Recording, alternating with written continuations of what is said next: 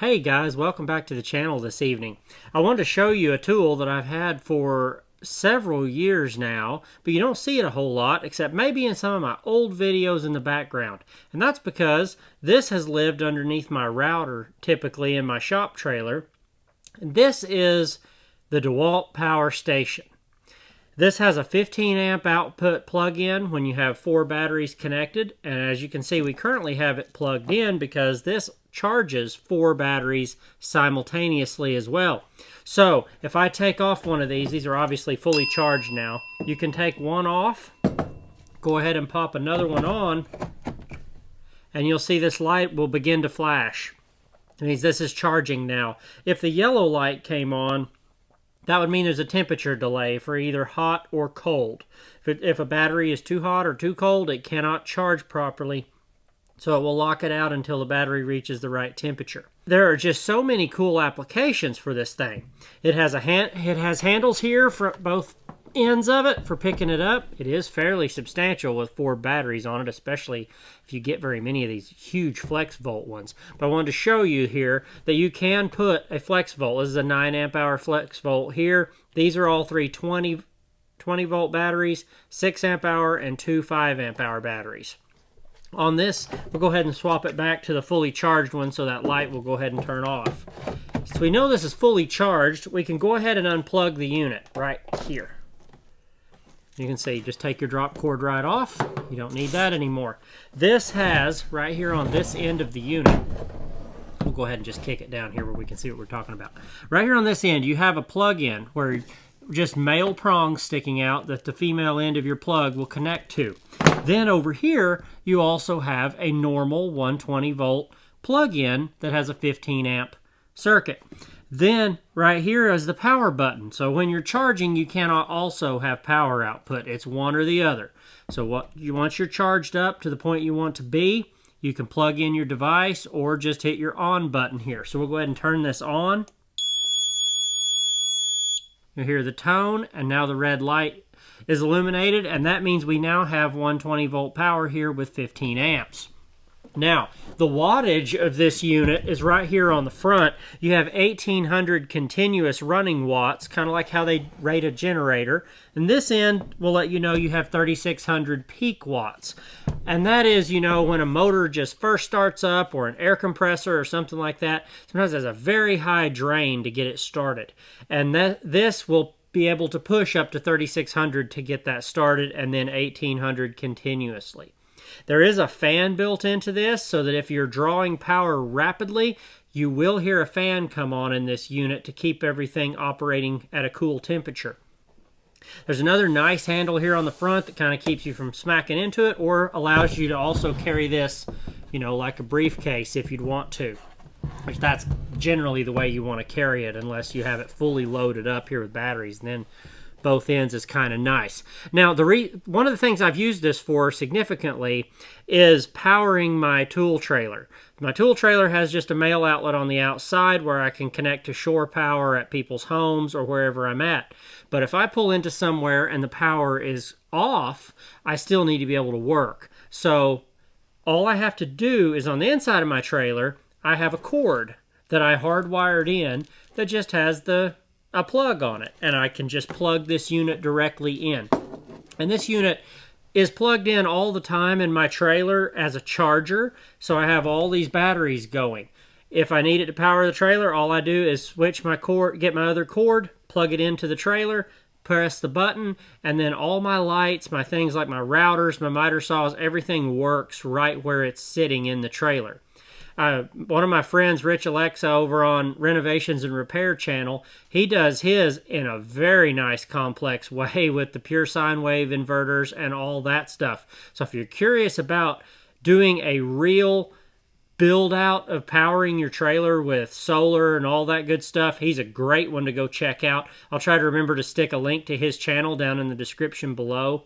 But check that out, Renovations and Repair channel. He can show you how he built out his setup. But this is how simple I've gone. I literally plug a cord into this and this will run, you know, my trailer's all LED lights and whatnot, so it works out perfectly. Before we get going too far on a tangent here, let's go ahead and show you a couple of tools that, you can commonly run on this. This will power the dust collector with these units here as well. This is the Festool Ets Ec5 sander. You can connect the dust collector to this and connect that to this.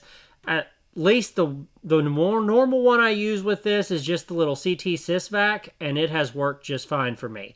The same with using the jigsaw.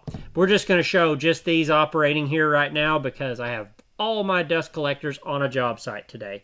So we already have our power turned on here. We'll go ahead and plug in. We've got our speed turned up all the way here so it'll pull the most power it can.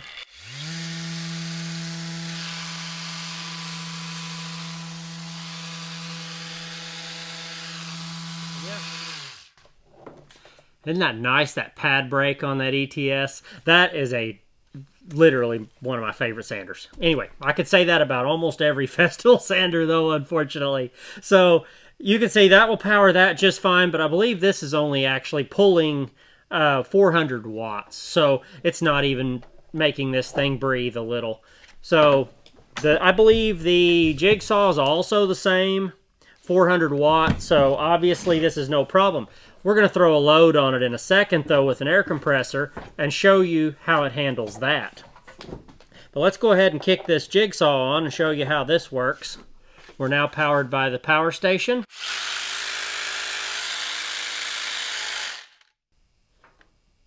There you go. That's the Dewalt Power Station running some Festool tools. How about that? You don't see that every day, huh? Okay, let's go ahead and grab something that might actually make it think about it. How about the Rolair JC10 Plus? This is that new one I did a video on just a little while back, and I'm no kidding, this is my favorite air compressor of all time. I've loved my Air Buddy and everything, but this is amazing. Quite a bit bigger, obviously, than the Air Buddy.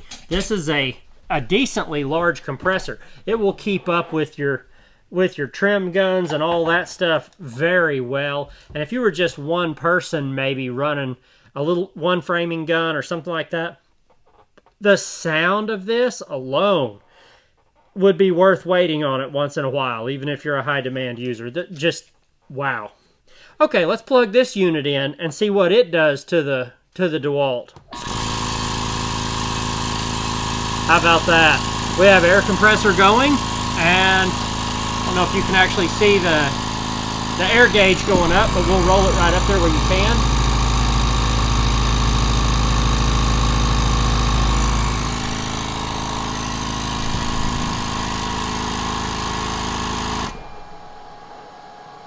And now you hear the sound over here.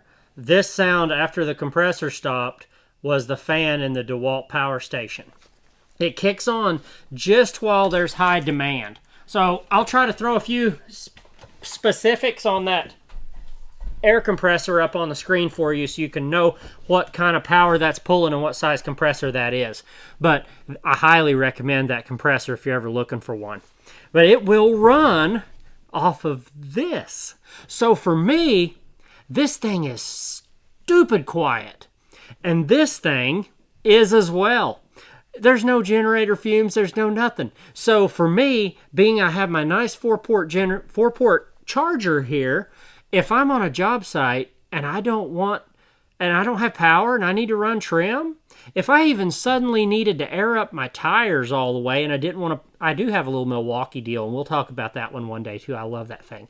But if you needed some serious air somewhere and you had no power, this will run that JC10 air compressor. It will also run the Rolair Air Buddy. So you can go cordless without having to have a loud unit like that Dewalt air compressor that they have.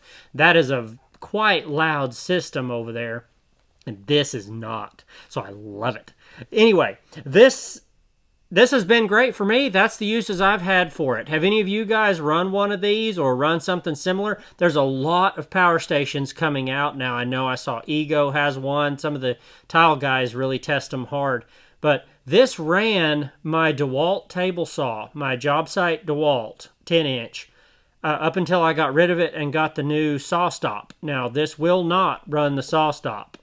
It has to do something with the electronics in it, and you'll run into that issue on some things. So be aware, this is not a pure sine wave converter. So if you're connecting it to something that is a sensitive electronic, you can have more issues.